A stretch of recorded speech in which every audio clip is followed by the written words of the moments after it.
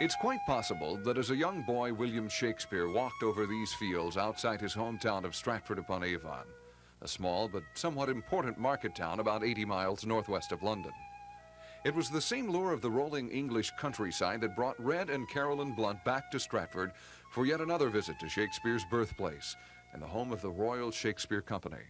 In contrast to the serenity here, back home in Montgomery, hundreds of workmen were racing to meet a deadline for completion of the Blunts' personal tribute to the memory of Shakespeare, a $21.5 million theater complex, a permanent home for the Alabama Shakespeare Festival, and the single largest private donation ever made to any American theater.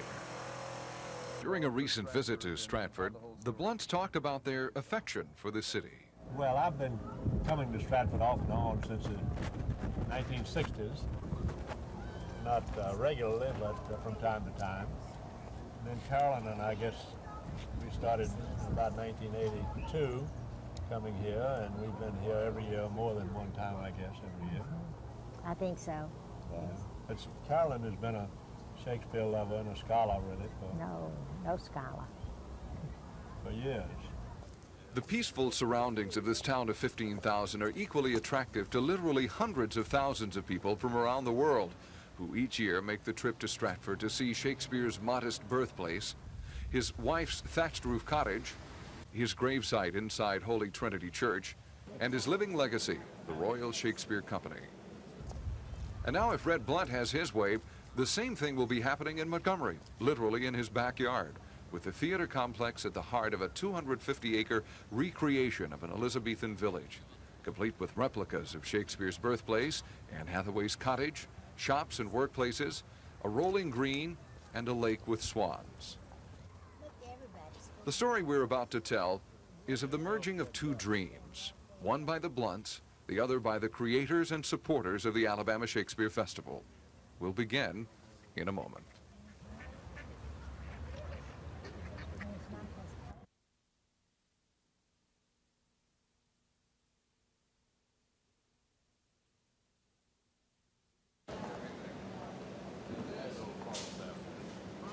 When the Blunts and I arrived at Stratford, our first stop was a visit to the Royal Shakespeare Company Theater, which is built on the bank of the narrow and winding Avon River.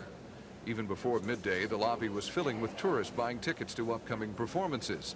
Everywhere, there were reminders of past performances and the renown reserved exclusively for this company.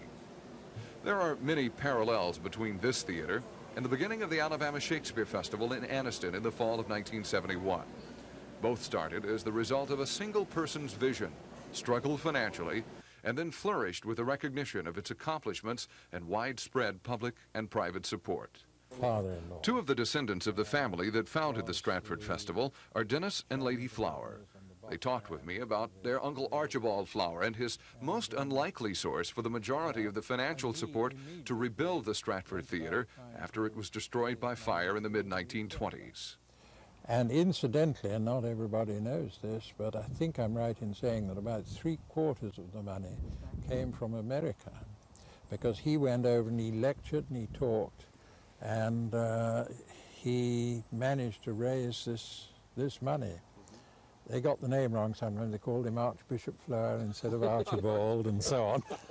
But it didn't matter, he got it, and we got the rest from England. And the present theatre then is really 3/4 American. We don't fly the American flag, do we? It's rather a pity. I understood at one time it did fly. Oh, well, is it, Or do we? Yes, along the front when they're... Oh yes, well we do along the front, yes, when we have our special celebrations, yes. In Anniston, Alabama, nearly 50 years later, Martin Platt accepted the job of director of the Little Theater and began the first plans for an Alabama Shakespeare Festival. I was the first full-time director they'd hired at the community theater. And we did a nice season. We did Arthur Miller and we did Tennessee Williams, some really nice work. The Anniston High School complex, which was our home for 14 years, coincidentally opened the same week I arrived in Anniston. And I went over and saw this beautiful thrust stage auditorium with 1,000 seats. And that, I think, really was the beginning, the kernel of the idea for the festival. I also accidentally was planning a trip to England that winter, went to England and came back, I think, even more charged up about that kind of theater. And there were Shakespeare festivals all over America, as they still are, and nothing in the Southeast. and I decided to give it a shot. And that was the first summer I was in Alabama in '72. And as legend goes, I borrowed $500 from my mother, called up a lot of my friends, and we got that first year off the ground. Under Platt's direction, success came slowly but surely for the festival. By its third season, Platt and his company of underpaid actors received their first national press mention in the National Observer. By 1977, more than 15,000 people attended performances during the short summer season in its high school auditorium home. But with the success, acclaim, and growth came some serious financial problems. And by 1982, a difficult decision had to be made. We were having serious internal debates about whether we perhaps, after 10, 11, 12 years, should say this was an exciting, wonderful project, but this might be the end of the road for it. And at that time, we had some budget problems, and some people from the board approached Red Blunt. They were facing bankruptcy in Anniston, and I felt it was too good a thing for Alabama to lose. Beyond that, I'd been trying to figure a theme for the land around our house for many years, for using for a higher purpose. And as they talked, it seemed to me they had two problems. One is a short-term problem, and one's a long-term problem, and it just fit our land. And I said that if you would move to Montgomery, that Carolyn and I would build a theater for year-round operation, and that's really the way it developed. And from there, it's been a rather intensive development. It was about this time that Jim Folds was hired as managing director to oversee the administrative side of the festival. It was an opportunity he couldn't pass up. The idea of growing from a $750,000 summer operation into a year-round $4 million operation featuring Shakespeare and the other classics in a $21 million complex was a dream beyond belief. The Blunts offer to build the theater complex on 250 acres directly behind their Winfield estate was eagerly accepted by the Alabama Shakespeare Festival. It was then time to look for an architect and design a building. We first toured all of the Shakespeare theaters in the United States and in Canada. We had Tom Blunt, our son, who's an architect, and the architect for the building, along with the artistic director and others.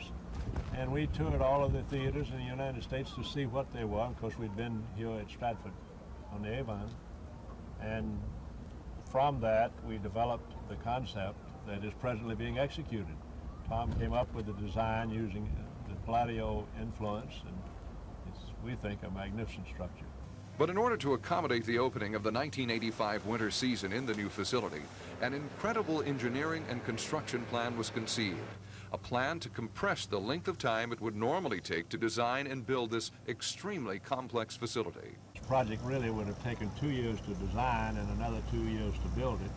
And we used what's called the fast track method, and it is a very complex building, a very difficult building both to design and to build. And it has been a project which is, we've met a lot of obstacles and have overcome them. Son Winton Blunt III, who heads the International Construction Division for Blunt, said his brother Tom's architectural plans, coupled with the fast-track method of building, offered some unique opportunities. Well, it's as complex as any theater in the world. It is as difficult to build, difficult to design, and it's going to have all of the amenities of the most modern theater anywhere in the world. We just finished, as you know, the King Saud project in Saudi Arabia. It has 2 very large theaters, none more complicated than this theater here in Montgomery. The 100,000 square foot building is actually 2 theaters under one roof. It represents more than 3 years of continuous design and modification by Tom Blunt and a host of consultants. One overriding concern in the design was to underplay the immense size of the Neo-Palladian building. And through intricate design technique, that has been accomplished. A third was buried, and then we arranged the largest pieces of the building in the center and stepped back. The third thing was as much a response to the mass as it was to the site, in that the building is curved. It's basically a quarter section of a pie, so that when you're on the building, all you see is what's in front of you. The rest of it curves around and disappears. Yeah. And it's also stepping back, and it's also partially buried. So each element of the building is in and of itself a little piece of architecture. The larger of the two theaters is the Festival Stage, a 750-seat thrust theater arranged in steeply raked tiers on the main floor, one shallow balcony, and 3 boxes at each side of the stage. The designing consultants say the Alabama Shakespeare Festival now has the best thrust stage sight lines in North America.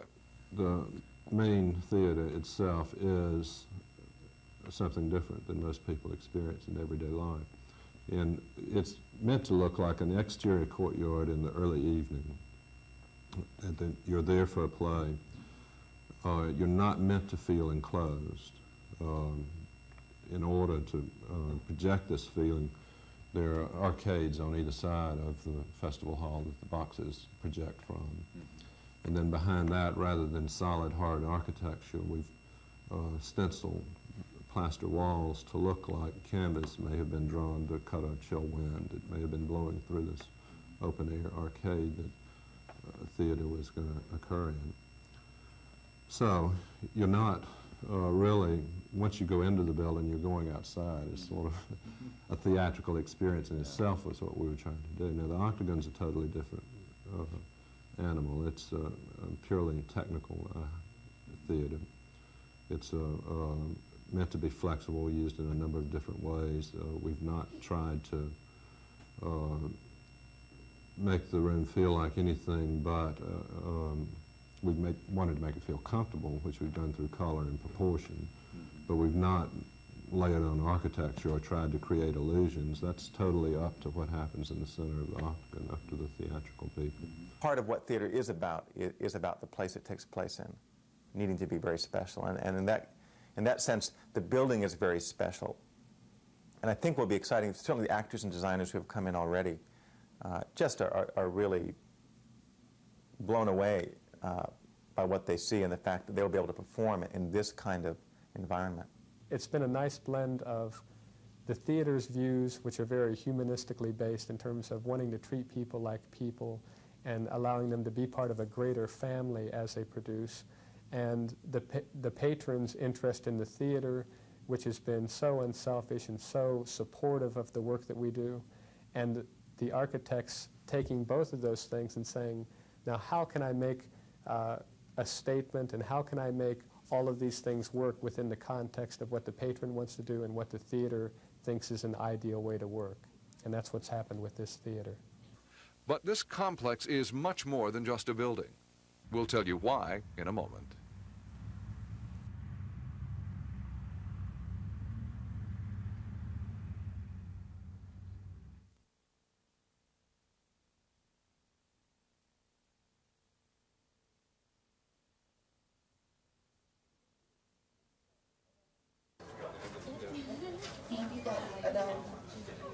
The festival staff will number 182 for the first season in their new facility.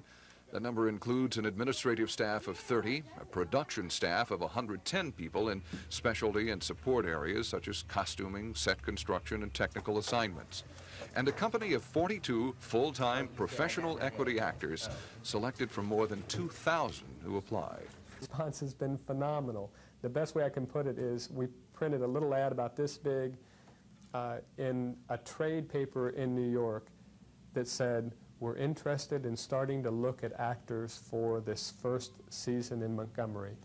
And for 9 days afterwards, the postmen were bringing in huge boxes of resumes and letters of application to be a part of this first season.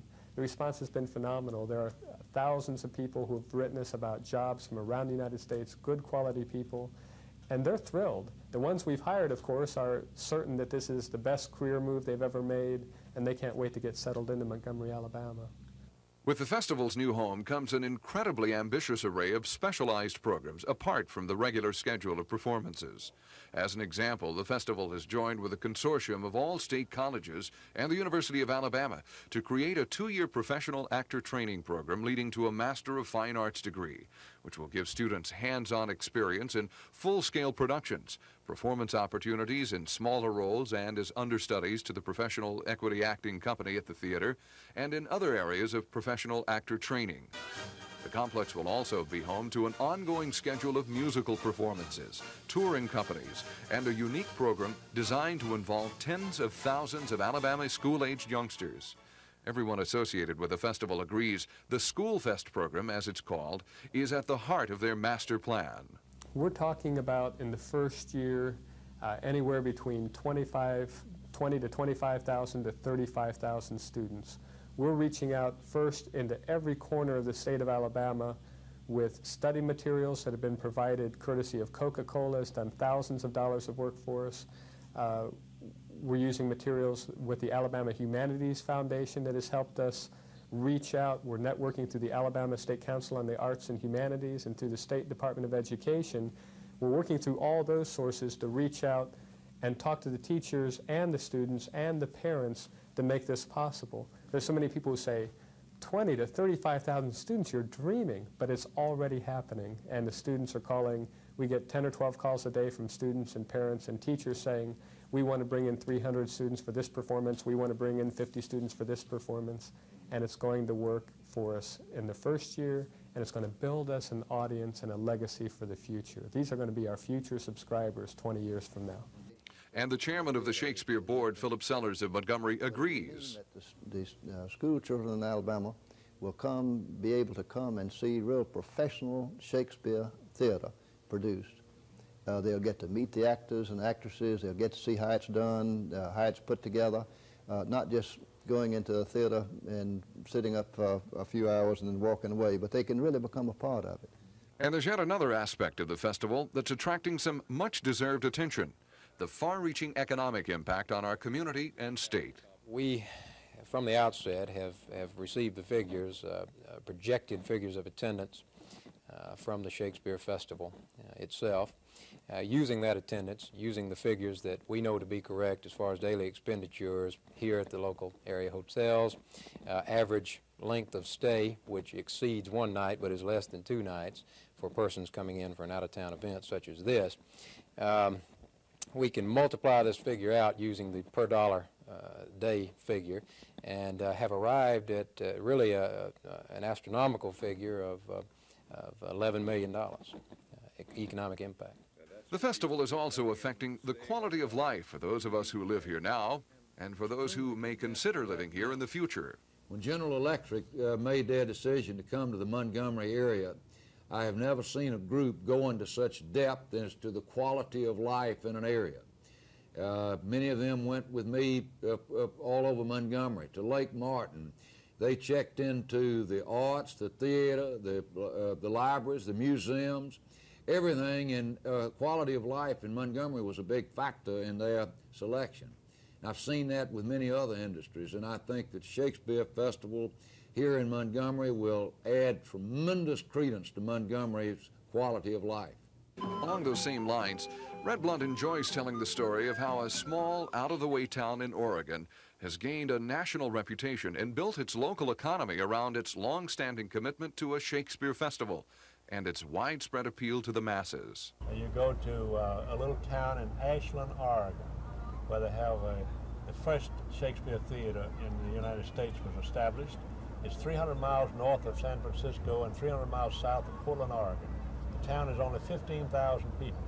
They have 300,000 people a year come there for the Shakespeare Festival in that area.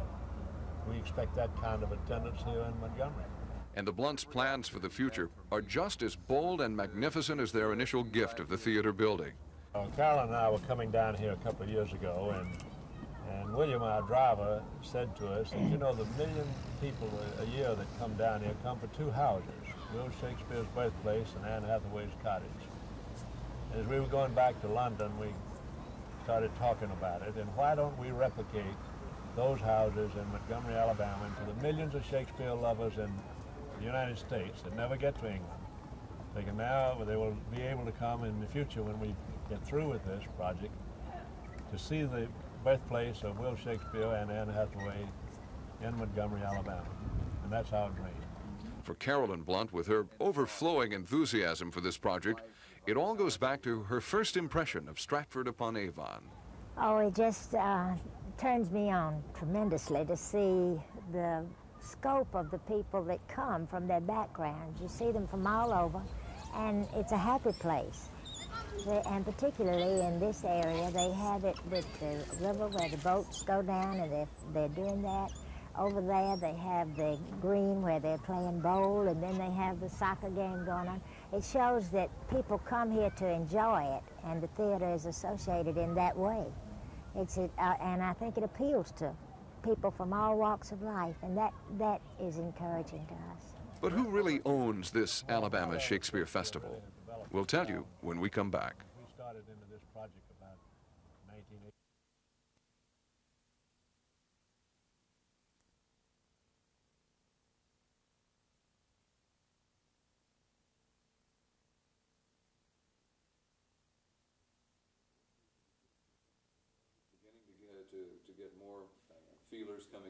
The directors of the Shakespeare Festival and its board members know that in order for the festival to succeed, the people of Alabama must assume ownership to support and sustain their state theater.